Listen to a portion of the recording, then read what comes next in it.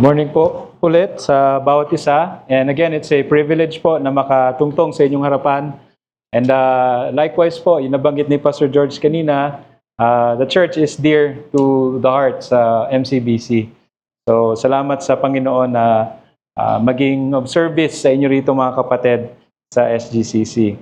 At ngayon pong umaga, nais kong magdala ng portion ng salita ng Diyos na nawa pag-exhort sa atin sa faithfulness and you as a church amid sa maraming mga kaguluhan sa ating mundo, sa ating mga sariling buhay. We are called to faith, to walk in holiness, in conformity kay Jesus. Bagaman ganon ay hindi po tayo spared from mga maaring mag-discourage sa atin bilang mga manampalataya. The Christian life is not an easy life. But nonetheless, ito'y panawagan to follow after Christ. And hindi po tayo pumasok sa isang prosperity gospel movement na kung saan ang pangako ay mahayahay na buhay. Kundi ang panawagan sa atin really is, if we are to follow Christ, it is the way of suffering. Hindi naman ibig sabihin na puro pahirap ang buhay na ito. But the reality is that before glory, there's always sufferings. There's always tribulation. Nonetheless, there is glory. The end result is glorious. Hindi po ito doomsday na movie or story. Hindi po ito dystopic na movie na kung saan ang katapusan at kahantungan ay pagkasira na lang. When God created and made this story about Himself and His people, it is a glorious story na kung saan ang kahantungan ay ang kaluwalhatian ng Diyos at ang kabutihan ng kanyang iglesia, ng kanyang mga tao. At nawa sa ating pagtungay sa umagang ito, ay ito rin ang tema na masisavor natin dito sa mga talata na ating babasahin. So, inyahan ko kayong buksan ang inyong Biblia dito sa Romans chapter 8. Mga familiar nito na mga bahagi ng scriptures. Kung ikay nagbabasa ng iyong Biblia, itong Romans chapter 8, ay tingnan lang natin itong verse 18 hanggang verse 25. Verse 18 hanggang verse 25 na kung saan sinabi ni Pablo rito, sabi niya, I'll be reading from the New American Standard Bible, "For I consider that the sufferings of this present time are not worthy to be compared with the glory that is to be revealed to us. For the anxious longing of the creation waits eagerly for the revealing of the sons of God. For the creation was subjected to futility, not willingly, but because of Him who subjected it, in hope that the creation itself will also be set free from its slavery to corruption into freedom of the glory of the children of God. For we know that the whole creation groans and suffers the pains of childbirth together until now. And not only this, but also we ourselves, having the first fruits of the Spirit, even we ourselves groan within ourselves, waiting eagerly for our adoption as sons, the redemption of our body. For in hope we have been saved. But hope that is seen is not hope. For who hopes for what is already sees? But if we hope for what we do not see, with perseverance, we wait eagerly for it." So ito po, pagpalain nawa ang Diyos ang kanyang salita at itong ating pagbubulayan ngayong umagang ito.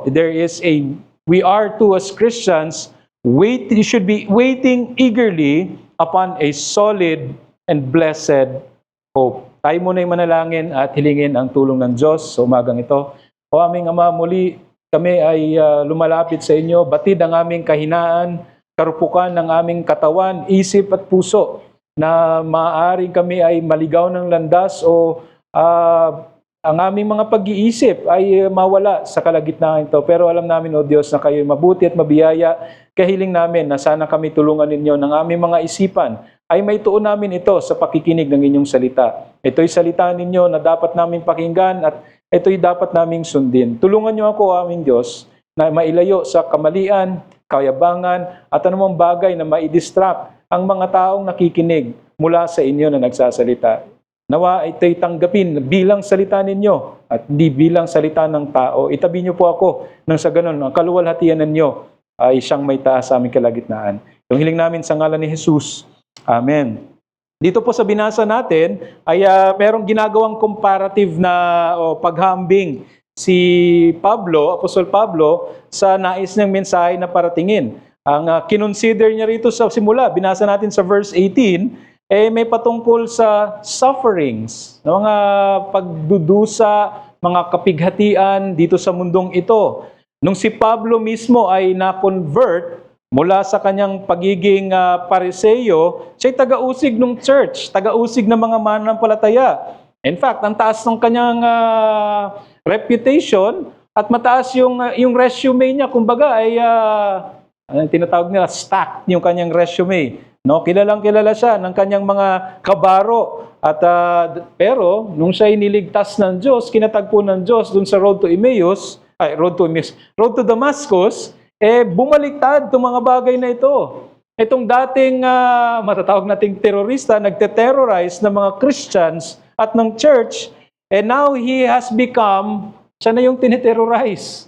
No, siya na yung naging victim or naging prey mismo ng greater na sufferings dahil sa kanyang allegiance ngayon kay Kristo Jesus. So, kumbaga, dati nung siya ay nandun pa sa pagiging Pariseo, na taga-usig ng mga Kristiyano, basically, non-existent yung kanyang kung sufferings, walang nagpa-persecute sa kanya. Pero nung nakasagupa niya mismo ang Diyos, si Jesus, the risen Christ, dun sa road na yon, siya na ngayon ang tumatanggap ng persecution. Pero, hindi sinasabi ni Pablo rito sa talatang ito na may pinababulaanan siya rito, by the way, no? He is making a firm na conclusion. Hindi siya nagdalawang isip, hindi siya nautal sa pagsabi nito. But then, sinabi niya mismo na yung kanyang kalagayan ng sufferings or in any way, sa mga Kristiyano, mga sufferings in this present time, pinapahiwatig niya na hindi ito of equal value. Wala itong katumbas ng ano pa yung sa parating na glory, na kaluwalhatian, na ipapahayag sa darating. Hindi rin ito na parang sinabi niya na mababalanse na lang, no? As if na yung paghihirap mo rito, yung pagsasuffer mo rito, mababalanse na lang, no? Kung gaano ka bigat yung paghihirap at pagdurusa mo rito, sa huling araw, sa future, yung glory na parating, kumbaga, makakancel yun, parang mababalanse na lang, no? Kumbaga, inisip na iba, iba rin, isipin, the more suffering, the more glory. As if na ini-invite na magkaroon ng carnal na pag-iisip na magpapamartir na lang ako. Ayun yung iniisip ng ibang mga tinuturo ng ibang relihiyon na kung saan ay kung magiging sobrang deboto ka rito at ikaw ay magpapakamartir, may mga rewards ka in the future. Ito yung glory na meron ka. So kung gaano ka kamartir dito, ganun ka timbang yung iyong tatanggapin na kaluwalhatian. No! Hindi yan yung sinasabi ni Pablo rito. Hindi niya rito binibigyan ng equal footing yung sufferings at yung glory that is to come, yung kaluwalhatian. Rather, malinaw na sinabi ni Pablo rito na walang comparison. Wala pong comparison, walang ihahambing yung glories na darating, yung kaluwalhatian na darating sa mga mananampalataya, wala siyang comparison dito sa mundo, whether glory or suffering. Hindi lang sa suffering, mga kapatid, but even yung glories na meron dito sa mundong ito. Sabi nga ni Pedro din, is that, the glory of man is like a flower, the grass flower, na kung saan it springs up, but soon it fades away. Pero yung glory that is to come, na pinangako ng Diyos sa hinaharap, walang comparison dito. How much more sa sufferings? Ganun din ang kanyang sinasabi. He's not downplaying yung sufferings na naranasan natin dito. Hindi niya minamaliit yung mga pagdurusa natin. Hindi din natin pinamaliit yung mga pagdurusa at kahirapan na nararanasan ng bawat isa sa atin sa kanya-kanyang buhay. Hindi rin natin minamaliit yung persecution na nararanasan natin kung tayo'y nauusig dahil sa ating pananampalataya. Hindi natin sinasabi na ganun, na baliwala yan. Pero ang sinasabi rito ni Pablo at ng salita ng Diyos is that itong mga present na mga sufferings, ito is not worthy to be compared dun sa glory, sa kaluwalhatian na i-reveal sa atin. So, hindi po, wag niyo pong i-mistake na, i-misunderstand na baliwala yung sufferings natin dito. Ini-invalidate. No, yun yung language ng karamihan ngayon. Ini-invalidate mo yung ano ko eh. No? Hindi po natin ini-invalidate. May sufferings kayo, valid yan. No? Sana hindi lang self-inflicted na suffering. No? Na dahil kagagawan mo rin, consequence ng suffering. But nonetheless, all sufferings na sinasabi rito at present time is not worthy to be compared of the glory that is to come. When Christ returns, ito yung revelation ng pagbalik ni Jesus. When Christ reveals Himself for His people na kung saan sa Kanyang muling pagbalik in glory. And the abundance of heavenly blessings stored up. Kumbaga yun yung language, no? Parang inipon, reserved, sabi ni Pedro, in heaven for you is many, many times greater than the sufferings that we are called to endure, making yung present sufferings natin virtually insignificant. Okay?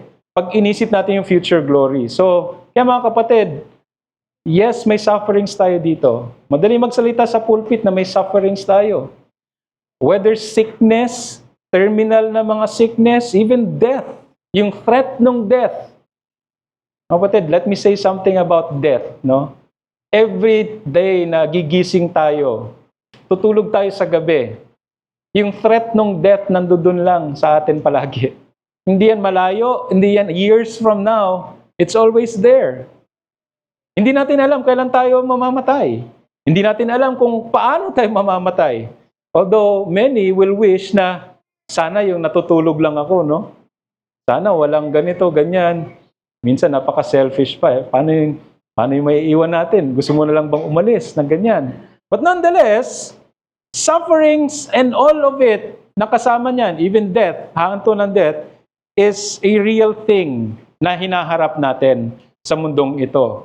But as Christians, bilang mga manampalataya, anong encouragement meron tayo? Yun yung punto ni Pablo rito na sa mga mananampalataya of waiting eagerly upon a solid and blessed hope. And ngayon, i-expand ni Pablo yung application ng reality ng present na sufferings and future glory, pero hindi nga lang sa tao eh. Inuna niya dyan yung the rest of creation.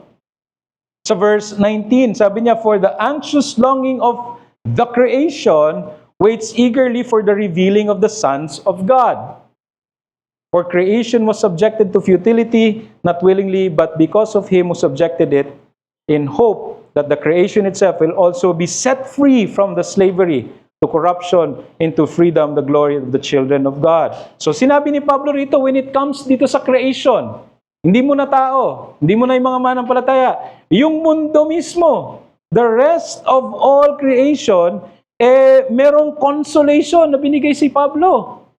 Ay, isipin niyo yun. Merong mga factors dito or mga facts na binigay si Pablo about the rest of creation na kailangan din nating ma-consider. Sinabi niya rito, consider these things. Consider niyo yung fact na ito. Una, yung creation was subjected to futility. O kumbaga ay sa fragility or frailty. Naging marupok yung creation. God created everything glorious and perfect. That the rest of creation, ganun din ang nangyari. Nasa constant, dahil sa kasalanan, ng pagpasok ng kasalanan, meron ng constant na process ng decay, pagkasira. You name it, sa lahat ng creation. Everything na nilikha ng Diyos, magmula noon, is in a constant process of decay. Whether dito sa mundo natin, whether bacteria, whether yung pinakamalaking stars at galaxies, they're in a constant process ng decay. When men fell in sin, hindi lang nagkaroon ng kasalanan si Adan at merong parusa. Death, decay, fragility, and frailty also set in place everything sa mundong ito, sa ginagagalawan natin sa universe na ito. It is a resultant affliction na kumbaga ay attached doon sa sinfulness, sa fall of man. Since ang creation itself was made subordinate or subject sa dominion ng tao, it is also become a non-willing participant. Kumbaga sabi nga dyan, although not willingly, but he subjected it. Dahil kalakip ng tawag dito, ng dominion ng tao, it's nonetheless become subject to the consequences that plague man in his sin, deterioration, tsaka death. So mag-isip kayo ng anumang bagay na nandito sa mundo na hindi namamatay. No? Kung meron kayong maiisip. At least, science, sa mga discoveries ngayon, kita talaga nila. Everything is in a constant process ng decay. And that's because of sin na pumasok.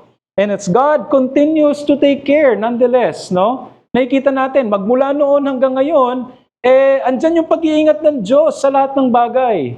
Sa lahat ng bagay. Kung paano nyo pinapakain yung mga ibon, yung mga maya na hindi nila natin pinapansin, yung mga langgam, and all these things, mula sa pinakamaliit, sinusustain ng Diyos. Kung paano niya sinususpend yung mga stars at mga planets sa galaxies, sa kalawakan.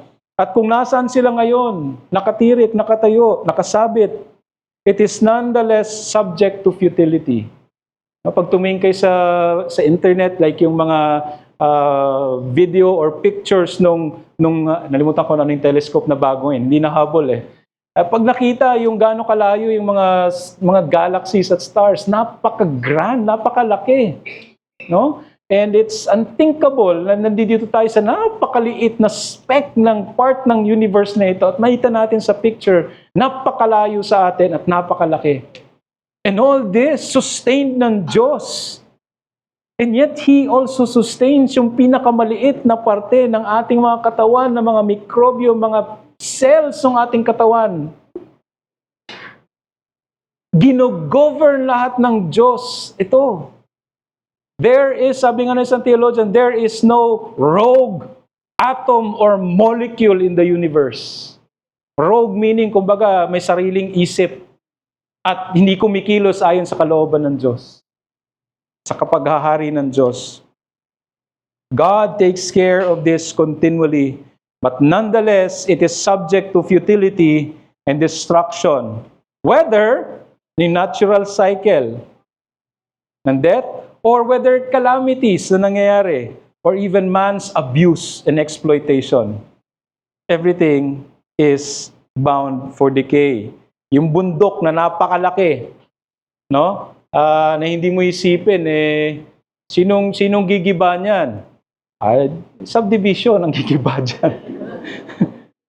Kala nyo, laki-laki subdivision lang katapat niya na, oy, wala akong sinabi. Pangalawa, no, makita natin that it was subjected to futility, but, pangalawa, we also see sa verse 22, it groans in suffering in the present.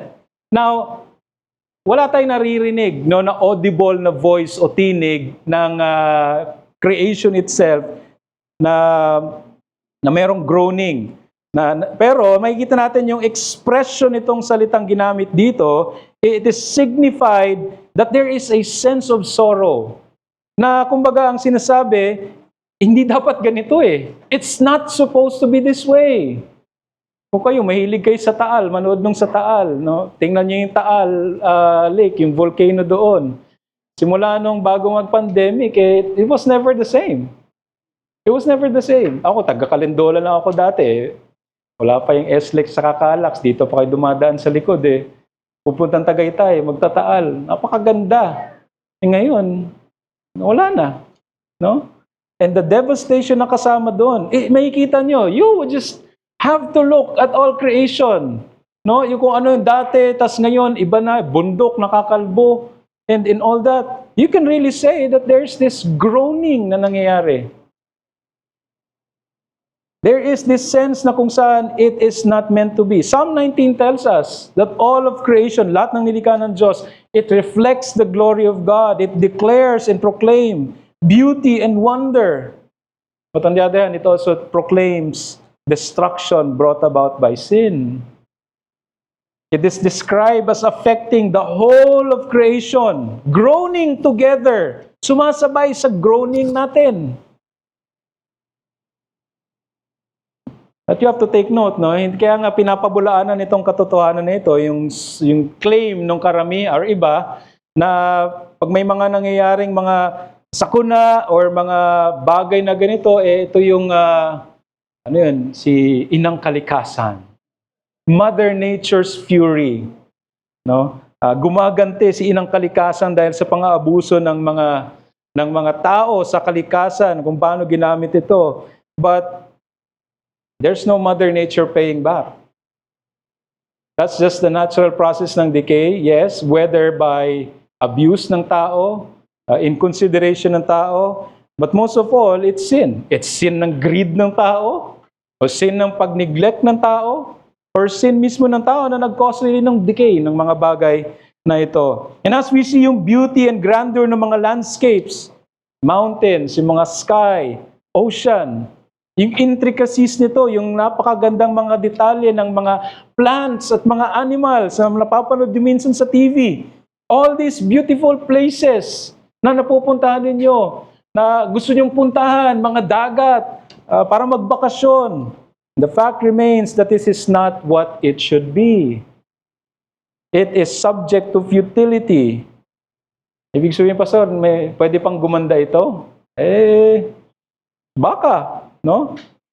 But it can be more beautiful in the sense na kung mawala na yung pinaka-decaying factor, which is sin. Sin and death. In the sense na merong groaning ang buong kalikasan. This is why we need to notice what Paul adds here. Yung groaning, niliken ni Pablo as suffering pains of childbirth.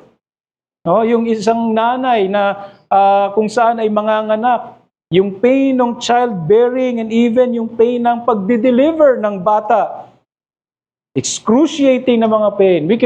Men can only imagine yung hardship at difficulty ng isang nanay, ng isang babae na nagdadalang tao, carrying that baby, that human being for 9 months sa kanyang sinapupunan.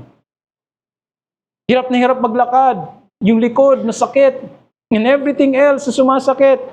And then comes the delivery, na kahit may anesthesia ay masakit.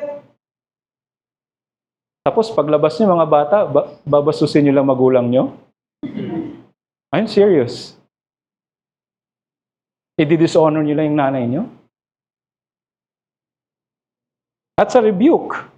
That's a rebuke that, in all of this beauty, there's suffering. Even yung childbearing.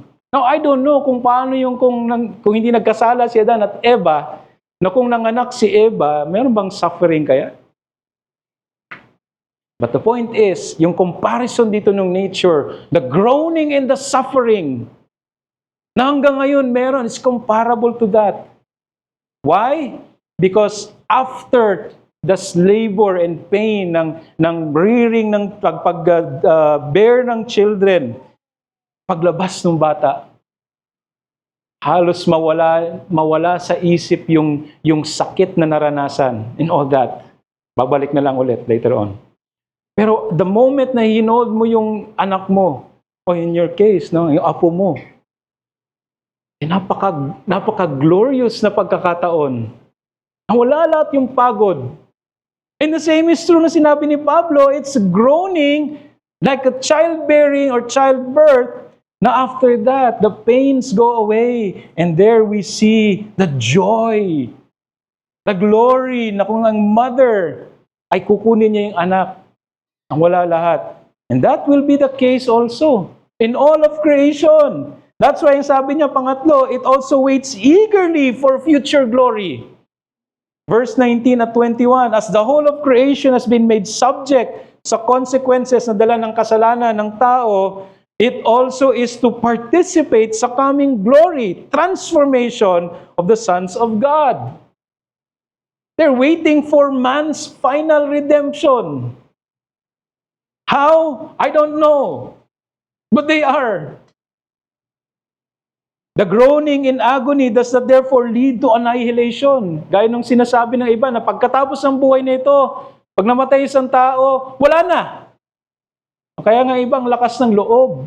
na kitilin yung kanilang sariling buhay. Kasi inisip nila, para mawala yung mga problema ko rito, mga kakabigatan ko rito sa pamilya ko, sa sarili ko, sa utang, at kung ano-ano pang mga problema, patayin ko na lang yung sarili ko. Kunin ko na lang yung buhay ko. Anyways, pagkatapos ito, wala na eh. No! To the sons of God and to the rest of creation, there's glory. But if you're not in Christ, there's eternal misery. There's eternal suffering. More and worse than the suffering na meron ka rito. Na hindi lubos mapantayan at hindi na matutupok. A groaning in agony does not therefore lead to annihilationism or annihilism. May promise na destruction, seemingly sa language ng Scripture, no? Sa pagbalik ni Jesus, may renovation, so to speak. Pero ang kahinatnan nito is glory. Glory. The present agony suffered by the creation terminates with unspeakable joy. May bagong buhay, may redemption na mangyayari. Merong anticipation yung nature. Everything, from worms to whales, the smallest to the biggest, the stars, the galaxy, all wait earnestly, eagerly sa muling pagbalik ni Jesus sa great redemption na ito of the sons of God. And Paul particularly mentions, verse 21, yung part that is this renewal is that creation itself will be liberated. They will be set free. From what? From the corruption of sin and ruin. Kumbaga, bihag din sila sa mga oras na ito eh.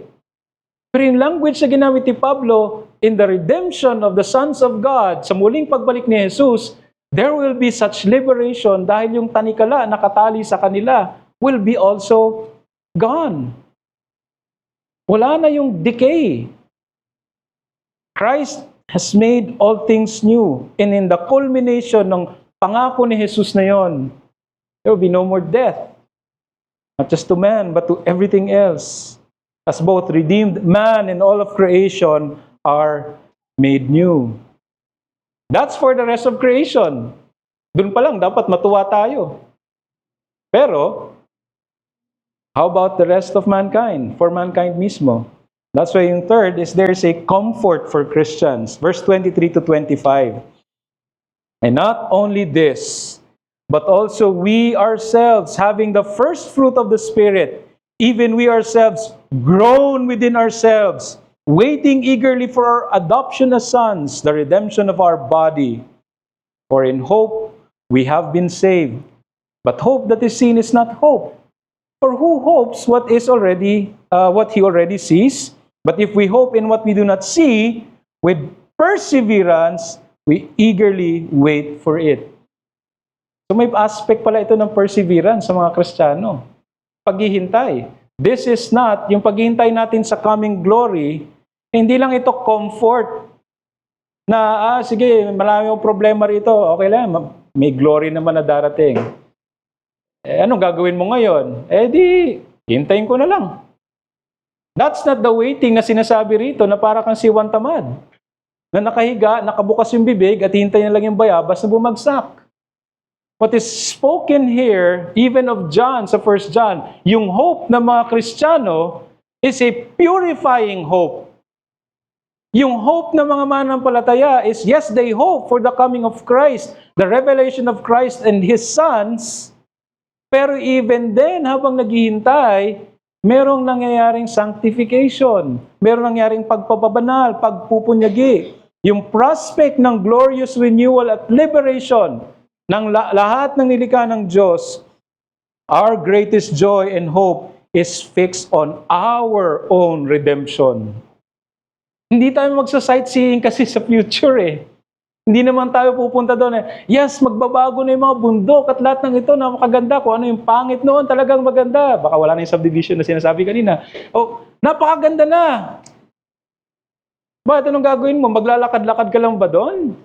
Sightseeing? Yung misconception minsan ng karamihan, no?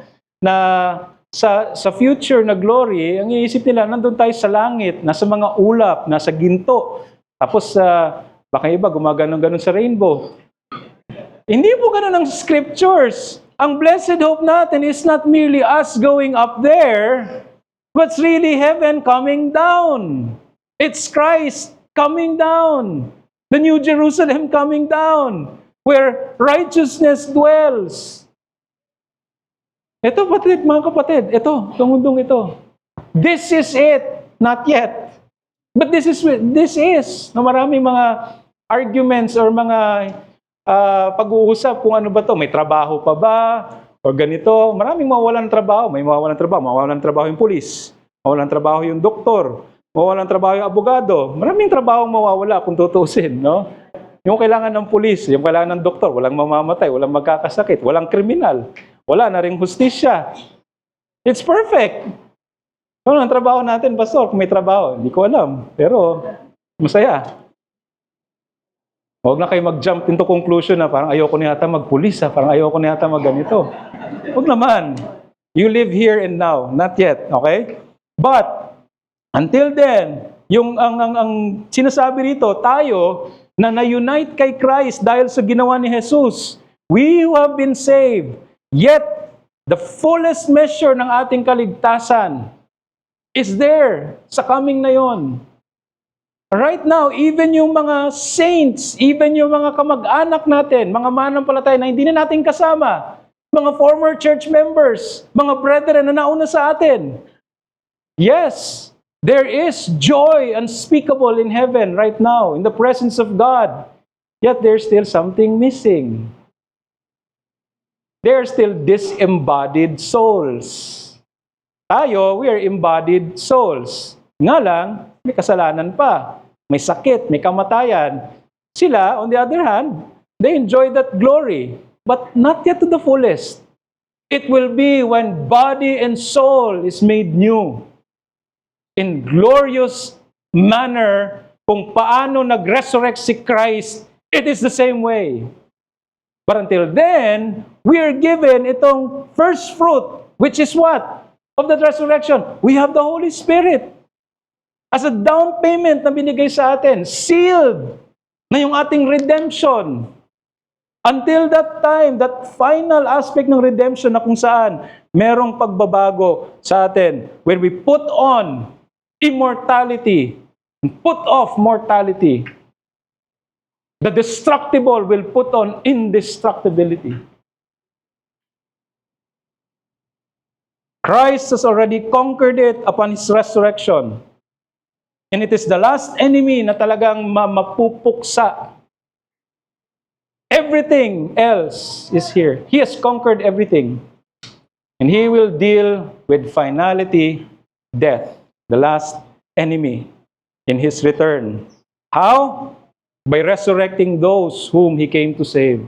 Tayo mga kapatid na niligtas ng Diyos, ay makakaranas itong kung paanong kapangyarihan ang bumuhay ng muli kay Jesus. The same power that will resurrect Christians who have died in the faith. But until then, glorious as it is, tinitingnan natin sa malayo, it should not leave us lazy and passive sa mga oras na ito. Rather, we are to be busy going about sa ating kung saan tayo nilagay ng Diyos. Now, there's a misconception na kung saan ay ang pinaka-highest na calling na kailangan mong gawin sa buhay na ito ay magpastor. Okay, mag-full-time ka sa ministry. Hindi po lahat may panawagan na ganun. Your highest vocation is kung saan ka nilagay ng Diyos. Luwalhatiin mo yung Diyos, sabi nga ni Luther, nagtanong sa kanyang monk, ngayon na ganito yung nalaman namin, gumagawa ng sapatos, anong gagawin ko? Anong bibitawan ko ba to? Anong gagawin ko? Ano i-aspire ko? You make good quality shoes and sell it at a fair price. Ibig sabihin, kung ano yung panawagan, anong station, anong vocation nyo ngayon, luwalhatiin nyo yung Diyos sa bagay na yan, sa area na yan. You busy yourself with that. Glorify God yourself din sa work na meron ka. Until then, as we remain in this present life, we are subject to struggle with sin. suffer sickness, disease, and even death. Yet, we are promised with a future glory and a victory over then where the sin and death will be no more. Yun yung tagumpay. Tinagumpayan na ni Jesus na ipagkakalob niya sa huling araw doon sa kanyang mga tao. It is to this promise ng future glory that we have also yung deep longing and groaning, tulad nung sa creation, within ourselves, waiting for the anticipation that we will put aside itong mortal and corruptible na body na ito, na subject to sin, decay, and ruin. So in the present, hindi natin fully mako-comprehend, hindi natin fully maintindihan yung communion na ito in glory. Even yung consummation na ito. That's why we're given itong foretaste nito. Kung saan tayo nagtitipon tuwing linggo, na tayo may panambahan sa Diyos, na yung pangako niya is what? His presence. Where two or more are gathered in my name, I am there in their midst. Ayun yung pangako ni Jesus. Mga kapatid, huwag kayong malumbay. Huwag kayong malulungkot na parang hindi naman namin naranasan. Parang mas gusto namin merong visible na presence. Tulad ng Old Testament. Na bumababa yung presensya ng Diyos. Those were signs and shadows of what is to come and what has come. Christ. They're looking forward to Christ. We're looking back to Christ. Tinapos ni Jesus. At ang pangakong presensya niya is yung kanyang banal na spirito. Na siya mismo yung nagsasalita. Si Jesus mismo, salita ni Jesus. Yes, He uses frail, weak men. Tulad ng mga pastor ninyo. Kami. But in all this, we experience through His Word yung kanyang presensya. We have this foretaste while we wait dun sa bagay na yon. The Holy Spirit yung binigay niya sa atin. Therefore, it is nonetheless a newness of life, mingled with trials and sufferings and struggles with sin.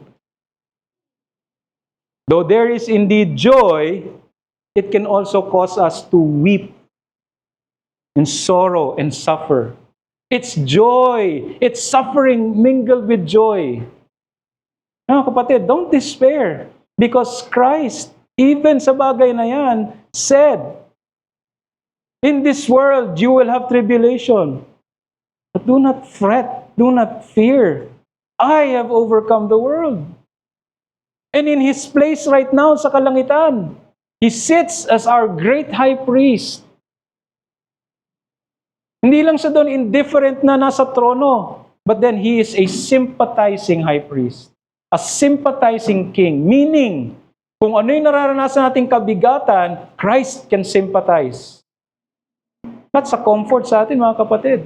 While we wait for Him in His return, He sympathizes with us. We have a sympathizing high priest. Therefore, it is with hope that the promised glory, along with the endowment ng Holy Spirit, that allows us na ma-experience itong foretaste of future glory while in the present, endure natin yung sufferings and afflictions and are eagerly wait with perseverance. Magpunyagi tayo hanggang sa huli. That's why kanina yung mensahe was for us, as for you, as a church. Na yung kabigatan na yun, we bear each other's burden. That's the beauty of a church, of a covenant community, na hindi ka nag-iisa.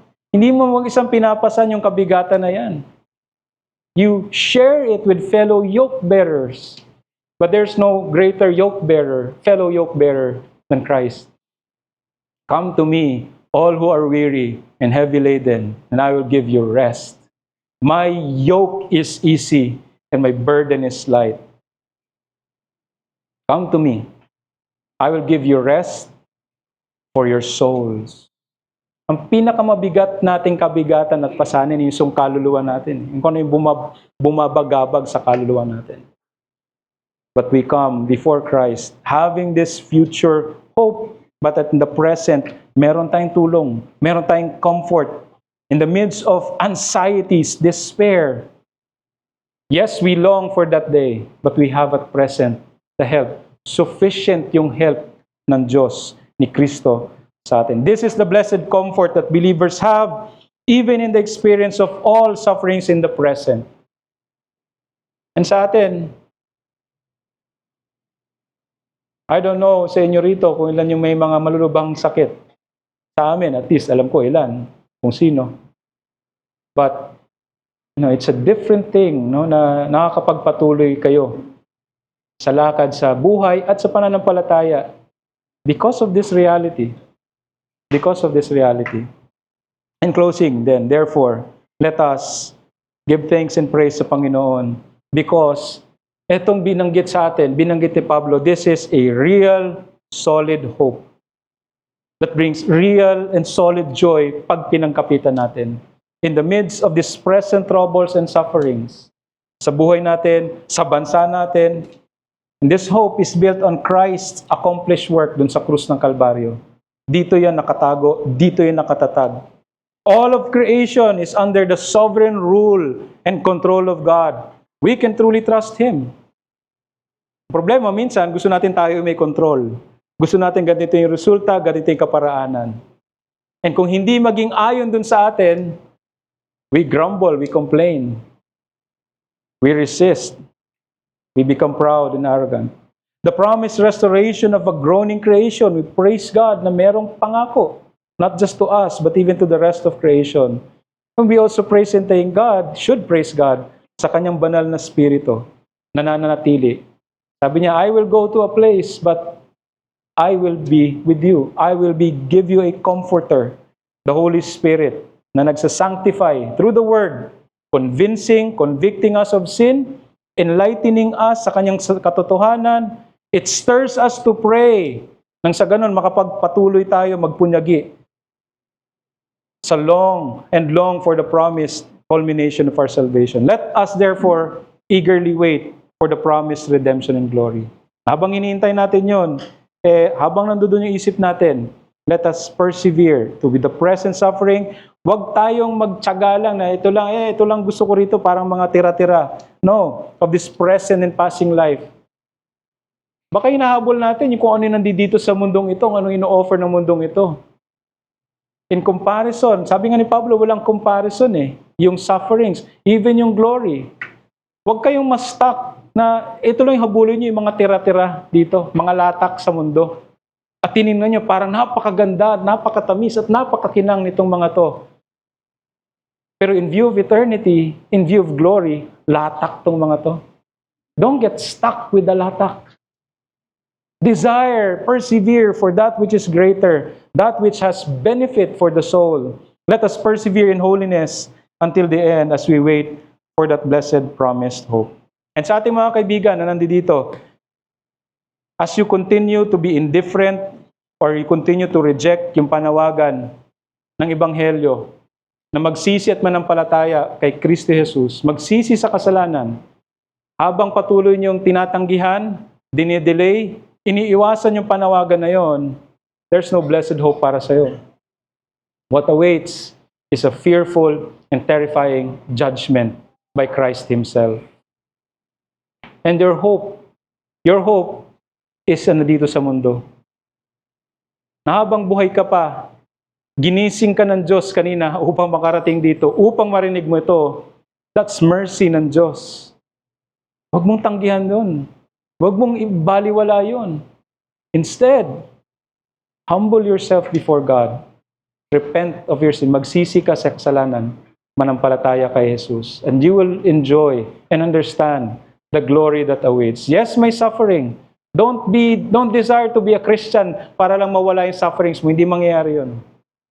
Baka madagdagan Nonetheless, like what Paul said, the glory that is to come is far greater, incomparable to the sufferings that you will have. But if you will continue sa iyong kasalanan, the suffering will be incomparable sa suffering na meron ka dito ngayon. And there's no remedy. Ngayon yung remedy. Now is the acceptable time. Today is the day of salvation. Repent and come to Christ. Let's pray. Panginoon, salamat po sa paalalang ito of a future hope, a solid hope of glory.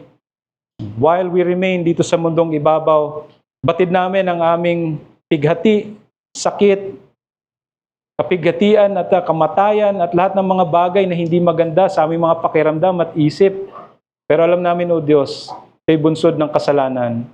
Pero salamat na yung problema namin, pinakamalaking problema, ang kasalanan, ay tinugunan ninyo sa pamamagitan ng iyong anak na si Jesus. Pero hiling namin ng aming mga kaibigan, mga anak na wala pa sa inyo, mga bisita na wala pa sa inyo. Lord, sana masumpungan din nila ito. Buksan ninyo ang puso't isipan nila nang sa ganun sila rin may makatanggap ng biyaya ng kaligtasan. Not just merely to escape this life, but truly, Lord, magkaroon ng tunay na enjoyment na habang nandito sa mundong ito, kami bilang mga mananampalataya, patalasin nyo rin ang aming isipan. Sa aming pagkalugmok sa mga problema at suliranin, maaaring magkaroon kami ng pagkakataon na lumayo sa inyo. Oh Lord, wag niyong pahintulutan ito. Tulungan niyo kaming i-avail ang mga means ng grace, whether fellowship, word, prayer, and even the sacraments or the ordinances. Lord, sana magpalakas ito sa amin.